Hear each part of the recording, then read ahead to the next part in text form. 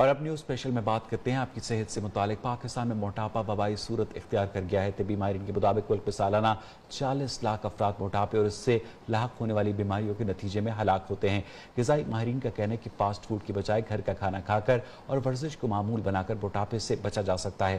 ہمارے ساتھ موجود ہیں آج معروف ڈائٹیشین فریحہ جے، جنہیں سوشل میڈیا پر بہت سے لوگ آپ کی ڈائٹیشین کے نام سے بھی جانتے ہیں۔ فریحہ، بہت بہت شکریہ ہمیں وقت دینے کے لیے۔ آپ کے بارے میں مشہور ہے کہ آپ لوگوں کو کچھ بھی کھانے سے نہیں روکتی، یہاں تک کہ کیک، پیسٹریاں اور دوسری اشیاء جن کو شاید جنک فوڈ کے درجے میں رکھا جائے۔ آپ کے نزدیک انہیں کھا کر بھی موٹاپا کیسے کنٹرول کیا جا سکتا ہے؟ شکریہ آپ کے سوال کا۔ جی بالکل میں منع نہیں کرتی، اگر آپ وزن کم بھی کرنا چاہتے ہیں تو میں منع نہیں کرتی۔ آپ کیک کھائیں، بسکٹس کھائیں، آپ گلاب جامن کھائیں، اور اس کی ایک وجہ ہے۔ پہلی وجہ تو یہ ہے کہ جب آپ کو کسی چیز سے منع کیا جاتا ہے، آپ کی چاہ اس کی بھی زیادہ ہو جاتی ہے۔ تو جتنا میں آپ کو منع کروں گی، آپ اتنا اس کے بارے میں زیادہ سوچیں گے اور زیادہ بار کھانے کا دل کرے گا۔ لیکن اگر میں آپ سے کہوں گی کہ خیر ہے بھائی کھا لو، تو آپ کہیں گے چلو میں کل کھا لیتا ہوں، پرسوں کھا لیتا ہوں، تو اس کی چاہ کم ہو جائے گی۔ دوسری یہ بات ہے، کیوں میں کہتی ہوں کہ اگر آپ وزن کم کرنا چاہتے ہیں پھر بھی آپ یہ کھا سکتے ہیں، کیونکہ پوری زندگی آپ ان چیزوں کے بغیر نہیں رہ سکتے۔ انسانی فطرت ہے بھائی، ہم خوشی کے موقع میں کوئی میٹھی چیز کھاتے ہیں، ہم جب پریشان ہوتے ہیں تو ہم کچھ ایسا کھاتے ہیں، تو ہم کھانا پینا تو ایسے بند نہیں کر سکتے، اسی لیے بھی میں منع نہیں کرتی۔ اور تیسری بات یہ ہے کہ صرف یہ سوچنا ہے جب بھی یہ چیزیں کھانی ہیں، cake, biscuit, pastry, gulab jamun, jalebi, جو بھی، دو چیزوں کے بارے میں آپ نے سوچنا ہے کہ میں یہ کتنا کھا رہا ہوں اور یہ میں کتنی دفعہ کھا رہا ہوں۔ ٹھیک ہے، کتنا کھا رہا ہوں، اب یہ سوچنے کی بات ہے، 1 گلاب جامن یا 5 گلاب جامن، تو 1 گلاب جامن کھا لیں۔ اور کتنی دفعہ کھا رہا ہوں، کیا آپ روز یہ کھا رہے ہیں، تو وہ تو پھر آپ کو بھی پتا ہے کہ وہ ٹھیک نہیں ہے۔ لیکن اگر آپ ہفتے میں 1 دفعہ یا کبھی مہینے میں 1 دفعہ کھا رہے ہیں تو اس میں کوئی مذائقہ نہیں، تو کسی بھی چیز سے منع نہیں کیا۔ اچھا فریحہ، سحر و افطار کے دوران اعتدال کے ساتھ کھانا مشکل ہو جاتا ہے، اس سے جسم کو کس حد تک نقصان پہنچ سکتا ہے؟ بالکل صحیح کہا، یہ سچ ہے کہ رمضان میں اعتدال سے کھانا مشکل ہو جاتا ہے، اور بالخصوص افطار کے ٹائم جب ہم سب کو بھوک لگی ہوتی ہے، ہم سب کھانے پہ ٹوٹ پڑتے ہیں، تو یہ بات میں سمجھتی ہوں کہ مشکل ہے اعتدال سے کھانا۔ لیکن جب ہم سوچتے ہیں کہ اس کے کیا نقصان ہے، وہ بھی میرے بتانے کی بات نہیں۔ آپ سب کو پتا ہے کہ بہت سارے لوگ اس سے گزر بھی رہے ہیں، بد ہضمی ہوتی ہے، ہارٹ برن ہوتا ہے، بلوٹنگ ہوتی ہے، دل خراب ہوتا ہے، ان سب چیزوں سے ہمارے یہ لوگ گزرتے ہیں چونکہ زیادہ کھا جاتے ہیں۔ اچھا، لیکن یہ تو شارٹ ٹرم ہے۔ اگر ہم لانگ ٹرم کا سوچیں تو بجائے یہ کہ وزن کم ہو، میرے پاس ایسے بہت لوگ آتے ہیں کہ رمضان کے بعد ان کا وزن زیادہ ہو جاتا ہے، ساتھ ساتھ کولیسٹرول کے پرابلمز بھی شروع ہو جاتے ہیں۔ اور جب آپ کا وزن زیادہ ہوگا تو آپ خود سوچ لیں کہ ہر قسم کی بیماری، ذیابیطس ہو گیا، ہارٹ کنڈیشن ہو گیا، اس قسم کی کنڈیشنز کا رسک فیکٹر زیادہ بڑھ جاتا ہے۔ اچھا فریحہ، آپ شوگر اسپیشلسٹ بھی ہیں، رمضان میں شوگر کے مریضوں کو کس قسم کی خوراک کھانی چاہیے تاکہ وہ اطمینان سے اپنا دن روزے کی حالت میں گزار سکیں؟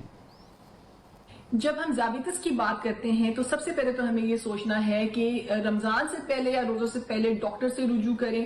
ڈاکٹر آپ کی میڈیکیشن ایڈجسٹ کرے گا رمضان کے مطابق۔ اب تو خیر بہرحال بہت سارے روزے گزر چکے ہیں، میں سمجھتی ہوں کہ آپ لوگ اپنے ڈاکٹر سے رجوع کر چکے ہوں گے، آپ نے بات کی ہوگی۔ اب ہم تھوڑی سی کھانے کی بات کر لیتے ہیں۔ کھانے میں بھی ڈیپینڈ کرتا ہے، پیشنٹ پہ ڈیپینڈ کرتا ہے، ڈائبٹیز کس لیول پہ ہے، کون سی میڈیکیشن دی جا رہی ہے، انسولین ہے کہ نہیں ہے۔ تو میں کھانے پہ بہت جنرل بات کروں گی اور جنرل ایڈوائس دوں گی۔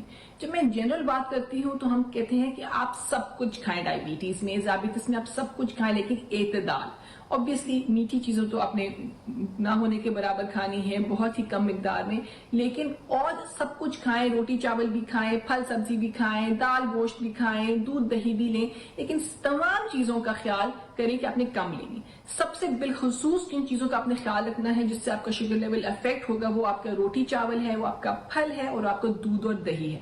ان چیزوں سے آپ کا شوگر لیول افیکٹ ہوگا تو آپ سوچیں کہ آپ نے روٹی چاول کم مقدار میں لینا ہے، سبزی زیادہ لینی ہے، ٹھیک ہے، دودھ دہی بھی سوچ سمجھ کے مقدار سے لینا ہے، ختم نہیں کرنا، چھوڑنا نہیں۔ اسی طرح سے اگر آپ پھل لے رہے ہیں تو بھی کوشش کریں کہ ہاتھ کی ہتھیلی سے زیادہ پھل نہ لیں۔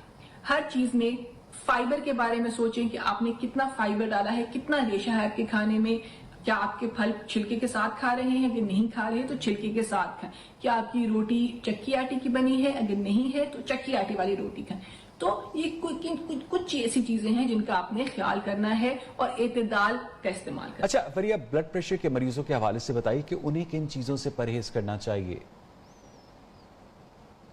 की बात करते हैं, किन किन चीजों से परहेज करनी है। आप सबको पता है कि नमक का इस्तेमाल बिल्कुल कम कर देना है। खाने पीने में तो नमक बिल्कुल ना होने के बराबर डालें, क्योंकि कुछ ऐसे खाने होते हैं जिससे हम नमक निकाल नहीं सकते। जिसके सबसे बेस्ट एग्जांपल है ब्रेड। आप जब ब्रेड खाते हैं तो उसमें पहले से नमक डला होता है, तो कोशिश करें कि जहां जहां आपका नमक कम हो सकता है प्लीज उसको कम करें। दूसरी बात यह है कि जो रॉक सॉल्ट हो गया, हिमालयन सॉल्ट हो गया, पिंक सॉल्ट हो गया, उससे भी आपका ब्लड प्रेशर अफेक्ट होगा। तो ये मत सोचिए कि मैं अगर वो इस्तेमाल करूं तो वो ठीक है। पहली बात तो ये होगी। साथ साथ परहेज का ये है कि वही वाली बातें हैं कि आप अपने खाने पीने का ख्याल करें, तेल का इस्तेमाल कम करें, अच्छा खाएं, सब्जी का इस्तेमाल ज्यादा करें। जब हम सब्जियों की बात करते हैं तो बिलखसूस हरी हरी सब्जियों का इस्तेमाल करें, चुकंदर का इस्तेमाल करें, अपनी डाइट में ऑलिव ऑयल का इस्तेमाल करें, नट्स का इस्तेमाल करें, सीड्स का इस्तेमाल करें। और वही बात, अगर आप अपने वजन को कंट्रोल करेंगे तो आपका आहिस्ता आहिस्ता ब्लड प्रेशर भी कंट्रोल हो जाए। अच्छा फरिया, रमजान में एक्सरसाइज की रूटीन क्या होनी चाहिए और क्या ईद के फौरन बाद इस रूटीन को तब्दील करने ना ठीक होगा? रमजान में एक्सरसाइज करना बहुत मुश्किल काम है, लेकिन बहरहाल मैं फिर भी कहूंगी कि जरूर करें। जब हम एक्सरसाइज नहीं करते तो हमारी बॉडी का मेटाबॉलिज्म रमजान में बिल्कुल स्लो हो जाता है, और जो हम नहीं चाहते। हम चाहते हैं कि आपकी बॉडी का मेटाबॉलिज्म चालू रहे।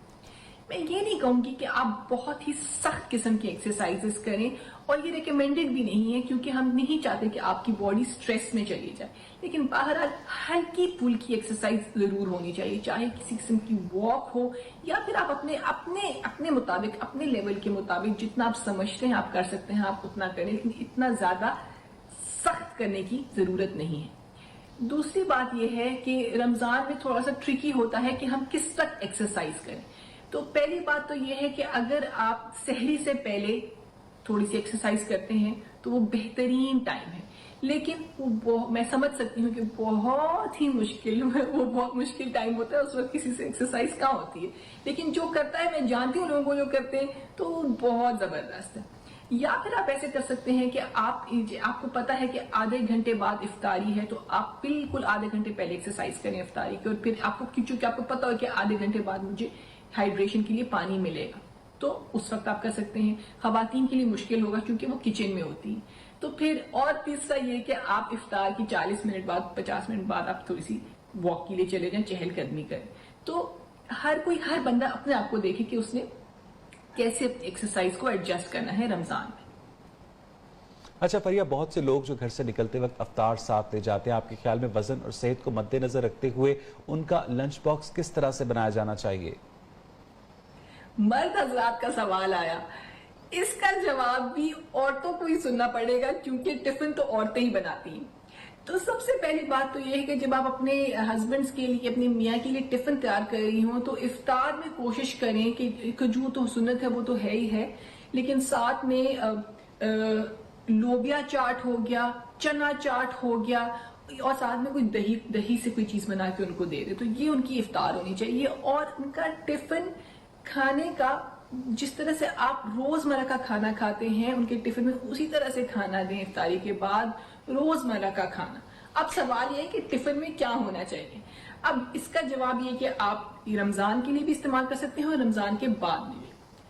टिफिन ऐसा बने जो कि आपके लिए काम जरा ज्यादा है, लेकिन आप कोशिश करें कि आपके मियाँ को सब कुछ मिले, उसने बहुत काम करना है, उसको न्यूट्रिएंट्स मिले। वो क्या, रोटी चावल तो है ही है, लेकिन सब्जी जरूर होनी चाहिए। कोशिश करें कि आधा प्लेट सब्जी आपके मियाँ को खाने को मिले। तो रोटी चावल, सब्जी, और साथ में किसी किस्म का प्रोटीन, यानी गोश्त हो गया, मुर्गी हो गई, या फिर मुर्गी का सालन, या फिर दाल हो गई। अमूमन ये होता है कि रोटी होती है और चिकन का सालन या मटन सालन ये होता है। मैं सिर्फ इस टिफिन में और क्या शामिल कर रही हूँ, मैं शामिल कर रही हूँ सब्जी। तो सब्जी हर हाल में आपने उसको इंक्लूड करना है। साथ में हो सके तो बाद में खाने के बाद एक फल भी दे दे, तो ये आपके मियाँ का बहुत टिप्स है। बहुत शुक्रिया फरिया जी, आपने बहुत तफसील से बताया कि किस तरह से रमज़ान मुबारक के महीने में ग़िज़ाई मामलात को एडजस्ट करना चाहिए। आपका ये भी कहना था कि वर्जिश ज़रूर करनी चाहिए ताकि जिस्म का जो मेटाबॉलिज्म है वो जारी रहे। वर्जिश का बेहतरीन वक्त सहरी से पहले का है।